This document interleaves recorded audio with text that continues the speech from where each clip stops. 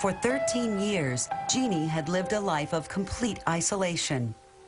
Raised in a city bedroom, Jeannie was as much a feral child as if she had been brought up by wolves.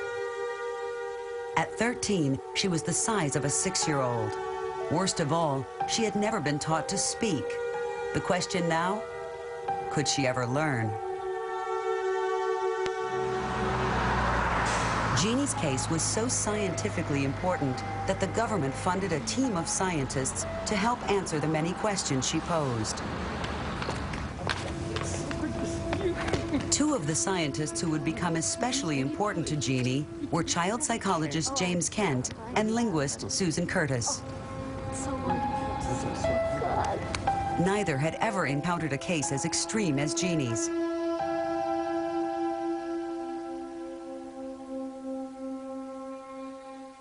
We looked at her as a newborn in a way, even though we know she hadn't. She came with 13 years of memories and experiences, not all of them wonderful, most of them not, I think. And so we thought we needed to start to expose her to what the world was going to be like for her outside the hospital bed. To Jeannie, everything was a new experience. We did what you would do with your own kids if you were introducing them to the world. You'd take them out and hold them up and show them, and sort of judge from how they reacted to whether this was too much or not enough, and you could move on and do the next thing. Jeannie was making amazing progress. As the experts looked on, they realized that she might be the answer to the question that had troubled science for so long. So we seized this wonderful opportunity that she provided us in as loving a way as we could, but using it to finally get our chance to address head-on specific hypotheses and notions about human language and the human mind. These hypotheses were based on the latest ideas about how children's brains developed. According to the theory, young children could only learn certain things at certain times, called critical periods. Language was one of these critical periods, and according to the theory, Jeannie, who was now a teenager, had missed her chance forever. But incredibly, Jeannie seemed to be proving the theory wrong. As this footage shows, Jeannie was blossoming. Not only was she delighted by the world around her, but she was learning the words for the new things she was seeing. She was extremely interested in everything around her. She wanted to know the word for everything around her. She wanted to engage people all around her. She was not mentally deficient. Her lights were on, and everyone who worked with her, from teachers to therapists to me, knew that she was not retarded. It was clear as day. And as she began to learn more and more words, hundreds of words, much more rapidly than I ever imagined, and stringing them together, I began to think maybe I will be wrong. Maybe she will be the one that will prove that this hypothesis is incorrect. But Jeannie could not escape the effects of her past so easily. She was still haunted by her traumatic upbringing, trapped by the memories of the awful fate she had suffered. And linguistically, she had stopped making progress. She learned tons of words. She has an enormous vocabulary. But language is not words. Language is grammar. Language is sentences.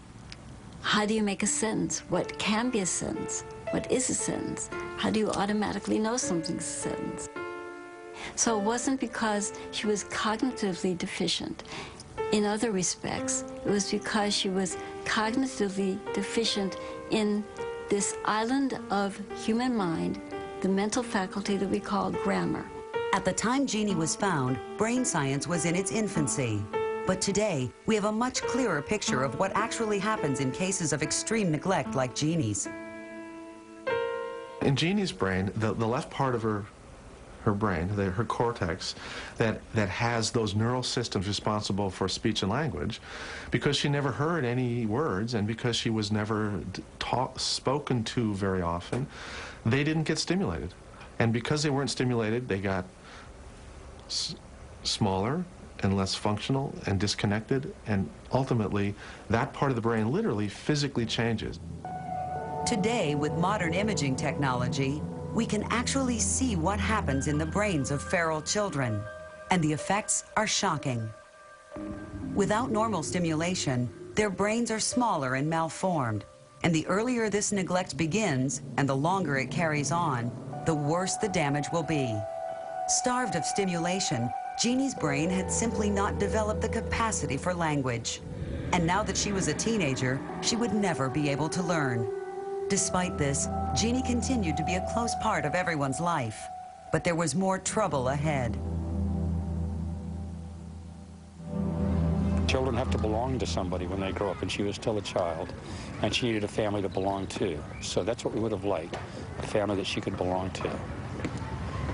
And that's not what happened, unfortunately. What did happen is about the worst outcome I think we would have envisioned. On her 18th birthday, Jeannie moved back with her mother, Irene, into the house in which she had been so terribly abused. But after only a few weeks, it was clear that Irene couldn't cope. From here, Jeannie was moved into state care with terrible consequences. I was a student, and people wouldn't listen to me. People who needed to intervene did not listen to me. And so I spent lots and lots of time on the phone pleading with people to intervene and save this person who had had the worst experience of deprivation and isolation in all recorded medical history.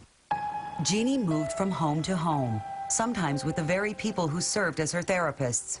This potential conflict of interests raised tensions among the many people involved in her life, and a tug of war erupted over the child. As Jeannie's condition deteriorated, Irene decided that Susan Curtis and the other academics had become too close to Jeannie. A lawsuit followed. I went from being asked to be her guardian to 1 week later being prevented from seeing her or phoning her. And ever since then, I've been prevented from having any contact at all. So although I have lots of, I'm still a scientist, I'm still interested in knowing things about her language now and all kinds of interesting things I would like to pursue academically. Primarily, I would just like to see her. Now, a ward of the court, Jeannie lives in an adult care home somewhere in Los Angeles, prevented from seeing the people who once meant so much to her. But children like Jeannie continue to be discovered, even today. We actually are seeing an increase in the number of severely neglected children who are in physically and socially isolated environments and have feral child-like properties.